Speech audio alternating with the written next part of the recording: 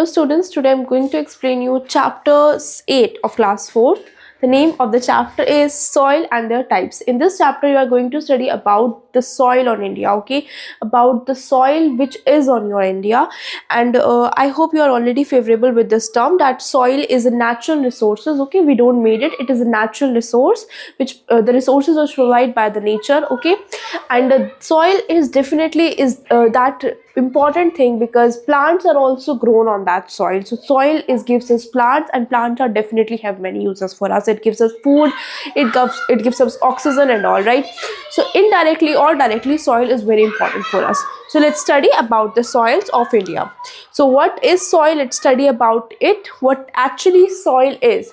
So soil is loose particles of substance which form the uppermost layer of earth crust is called the soil. Why they're using the term loose particles? Because I'm sure you would already know that everything, all matters exist in this world are made up of particles, right? So soil is also made up of particles, and soil has different kinds of layers, okay? So you should know that the upper layer of soils has very loose particles, and the lower soil has quite big and packed particles, and the lower have more big and more packed particles, okay? This is the basic introduction, I can say, which you should know before understanding the term loose particles. So they have used the term because the uppermost layer, soil is the uppermost layers which are having the loose particles of it, okay? So again, read the definition. The loose particles of substance which form the uppermost layer of earth crust is called the soil. I hope this is clear. It consists of very small rock particles. I have already mentioned there are 7 layers of soils, and as we go deeper and deeper into the soil, this size of the particles become larger and larger. But the uppermost layers consist very small rock particles, minerals, and organic matter. I hope this is clear. Let's move forward. Now we are going to study about how soil actually form. How does soil form? So soil formation is very slow process, and I mean it's not a thing which happens in just 2 minutes or 3 minutes or 1 week or 2 weeks. It takes millions of years to form, right? So there is a long time period through how soil actually forms. It's not a quick process, it's not a short time process. It takes lot of time to form. Soil is formed by breaking of rocks and decayed organic matters called humus. How soil actually forms? The rocks को टूट कर और decayed basically means होता है सड़ा हुआ, right? सड़े हुए organic matter से rocks को टूट कर हमारी soil form होती है. How soil forms? Soil is formed by breaking of rocks and decayed organic matters. That is, और उसको क्या बोला जाता है? उसको बोला जाता है humus. Okay, this is a new term, right? Water and winds also help in soil formation as they carry broken rock materials and deposit in various layers in the form of soil. यानी कि water और wind भी बहुत ज़्यादा important है, ठीक है? और हम कह सकते हैं कि ये soil को बनने में help करता है because जो humus है फॉर्मेशन ऑफ, क्योंकि ह्यूमस को बनने के लिए हमें क्या चाहिए? ब्रोकन रॉक मटेरियल्स चाहिए, और डिपॉजिट करने के लिए यानी कि ऑर्गेनिक मैटर्स को डिपॉजिट करने के लिए अलग अलग जगह पर हमें पानी की ज़रूरत है, क्योंकि सॉइल की फॉर्म में ही वो इन चीज़ों को डिपॉजिट करेगा. तो वाटर हमारी बहुत ज़्यादा हेल्प करता है सॉइल के फॉर्मेशन में. The depth of soil varies from one place to another, यानी कि जो सॉइल की डेप्थ है, उसकी गहराई है, वो एक जगह से दूसरी जगह मैटर करती है.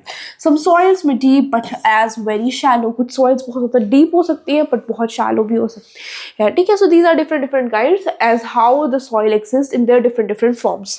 In our country, the soil of northern plains and rivers deltas is very fertile, okay? So in previous chapters we have already discussed about that northern plains have fertile land, इसलिए वहाँ पर बहुत ज़्यादा hill stations भी बने हुए होते हैं. Tourist went to visit there क्योंकि वहाँ की जो lands होती है वो ज़्यादा fertile होती है, वहाँ पर agriculture भी बहुत ज़्यादा अच्छा होता है, okay? So northern plains और rivers deltas बहुत ज़्यादा fertile होते हैं, but the soil of mountain regions in not so fertile, वो ज़्यादा fertile नहीं होती है. This we have discussed in previous chapters as well. Now let's study what kinds of soils we have, okay? So soil is not of same kinds. Definitely कुछ भी same नहीं होता है, हर चीज़ के कुछ ना कुछ काइंड्स होते हैं in every part of India. यानी कि पूरी इंडिया में यूनिफॉर्म सॉइल नहीं है. There are different kinds of exist in different parts of places of our country. The most kinds of top soils are, let's study those. First we have mountainous soils. As the name is suggesting, such kinds of soils definitely exist on mountains, hilly areas, right? So coarse soil is found in hilly areas. Coarse soil kind of soil होती है जो कि hilly areas में पाई जाती है।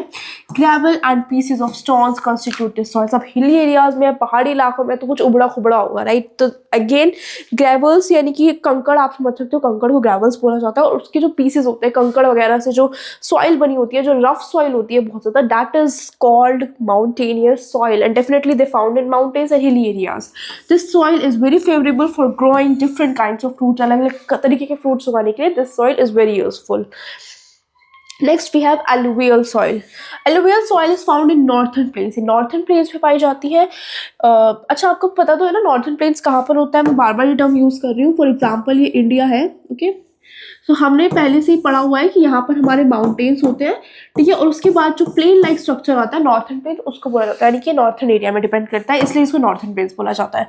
Reverse carry this high fertile soil and deposit in on their banks, ठीक है, यानी कि जो रनिंग रिवर्स होती है, जो बहती हुई रिवर्स होती है, वो बहुत सारा, अच्छा रिवर्स आती कहाँ से, हम पहले भी पढ़ चुके हैं। जो रिवर्स होती है माउंटेन से निकलती है, ठीक है, तो जो माउंटेन से रिवर्स निकल रही है, यानी कि इन माउंटेन से रिवर्स ऐसे बहती हुई जाती है, और वो अपने साथ क्या लेके जाती है, वो अपने साथ डिपॉजिट्स लेके जाती है, ठीक है। और ये हाई फर्टाइल सॉइल्स, यानी कि सॉइल्स को बहुत ज़्यादा फर्टाइल बनाते हैं, यानी जिस जिस एरिया से रिवर्स फ्लो करती हुई जाएंगी, वो जो लैंड होगा बहुत ज़्यादा फर्टाइल होता चला जाएगा, ठीक है, और वो उन्हें डिपॉजिट करते रहेंगे, ठीक है। Clay and sand constitute this highly fertile alluvial soil, यानी कि जो क्ले और सैंड्स होते हैं, ये सब मिलकर जो लैंड होते हैं वो उसको फर्टाइल बना देते हैं, और जिसको एलुवियल सॉइल कहा जाता है, जो किससे बना है, क्ले और सैंड के कॉन्स्टिट्यूट होने से बना है।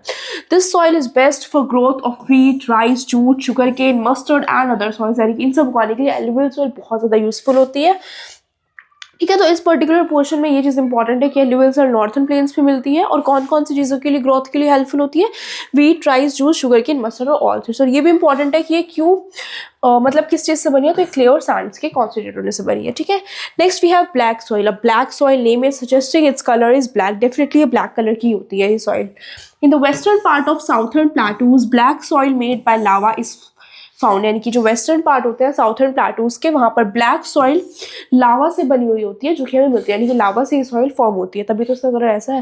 दिस इज़ वेरी फर्टाइल, ये बहुत ज़्यादा फर्टाइल होती है एलुवियल सॉइल की तरह, बट ये किसके लिए यूज़ होती है, कॉटन, व्हीट और शुगर केन से, मतलब इन सॉइल्स में कॉटन, व्हीट और शुगर केन ग्रो किए जाते हैं, ठीक है।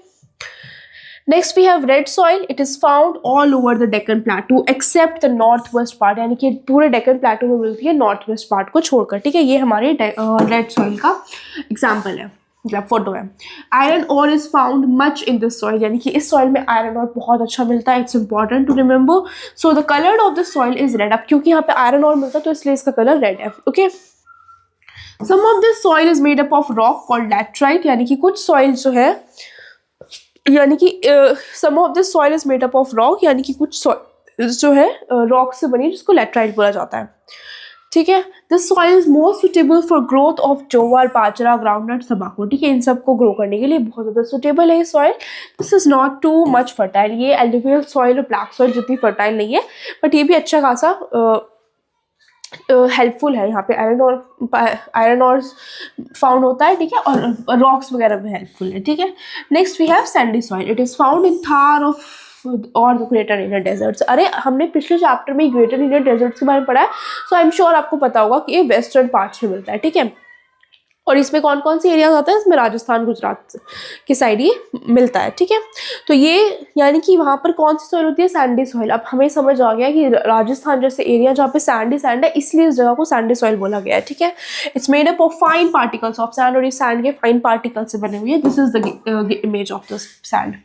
Millets are grown in this soil, यानी कि इस सॉइल में मिलेट्स ग्रो होते हैं।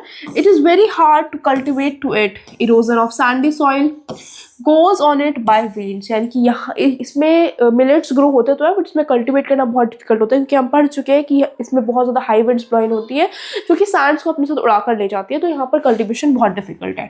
सम crops like wheat, cotton etcetera can also be grown, यहाँ ये सब भी यहाँ पर ग्रो कर सकता है, but again it's not easy to cultivate something on this kind of soil which easily get flow out through wind, right?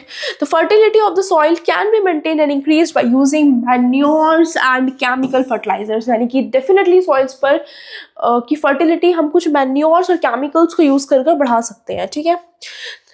अच्छा, ये भी इंपॉर्टेंट है कि जो सॉइल्स के बारे में हम स्टडी करते हैं उसको पैडोलॉजी बोला जाता है। आप सॉइल्स की जितनी भी स्टडी करते हैं उन्हें बोला जाता है पैडोलॉजी. सॉइल साइंटिस्ट आर कॉल्ड पैडोलॉजिस्ट, और जो साइंटिस्ट उनकी स्टडी करते हैं सॉइल्स के बारे में पैडोलॉजिस्ट बोला जाता है. Next we have soil erosion. There is also a big problem of soil erosion in many parts of a country. Soil erosion एक problem है बहुत सारी countries में. The carrying of soil from one place to another by water and wind is called soil erosion. यानी कि soil erosion क्या होता है? Soil को carry करना एक जगह से दूसरी जगह by water and wind. आप खुद ही सोचो कोई soil है, water के through soil एक जगह से दूसरी जगह travel कर सकती है, या फिर air flow करती है तो उसके through भी जो सॉइल है वो एक जगह से दूसरी जगह जा सकती है उड़ के या किसी भी मीडियम से. लेकिन उसका एक जगह से दूसरी जगह चले जाना सॉइल का, उसको सॉइल इरोजन बोलते हैं. ठीक है, थ्रू वाटर और एयर.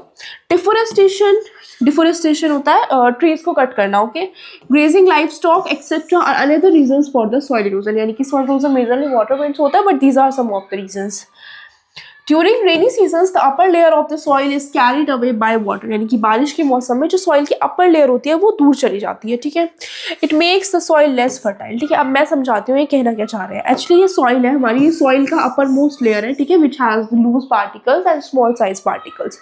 बट अगर वाटर्स, विंड या डिफोरेस्टेशन या ग्रेजिंग लाइफस्टोन और थ्रू एनी सब्सटेंस यानी किसी भी चीज़ की वजह से अगर हमारी जो अपर लेयर है वो एक जगह से दूसरी जगह चली जाएगी, यानी कि वो अब इस जगह पर नहीं है. यानी कि अगर हमारी लेयर्स होती हैं और ये वाली लेयर अब नहीं रही तो बची वाली लेयर. और आपको ये पता होना चाहिए कि जो टॉप मोस्ट लेयर होती है सॉइल की वही सबसे ज़्यादा फर्टाइल होती है. तो अगर टॉप मोस्ट फर्टाइल लेयर रही नहीं, यानी कि बची वाली लेयर और ये नीचे वाली लेयर थोड़ी लेस फर्टाइल होती है. ठीक है, तो this is what they are trying to say, that the upper most layer is the most fertile and if it will remove from one place to another, that place will not be as much fertile as it was before, right? So this is what they are trying to say. Next we have soil conservation. ठीक है, it can be checked by building dams across the rivers, growing much and more trees.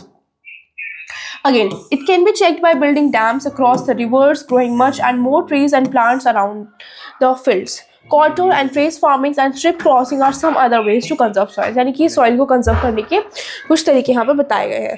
Rotation of crops can also help in maintaining the soil fertility. यानी कि crops को rotation of crops एक method होता है जो कि soil की fertility को बचाए रखने का एक तरीका है. ठीक है, leguminous crops should be grown in rotation with other crops. यानी कि leguminous crops एक crops है जो कि हमें उगानी चाहिए रोटेशन के लिए दूसरे क्रॉप्स के लिए. The crops which add fertility to the soil are called leguminous crops. ठीक है, लिग्यूमिनस क्रॉप्स क्या होते हैं जो कि सॉइल की फर्टिलिटी को बढ़ा देती हैं. ठीक है, सो यहाँ पर हमने पूरा चैप्टर अपना कंप्लीट कर लिया है. I hope you understood the chapter. Thank you.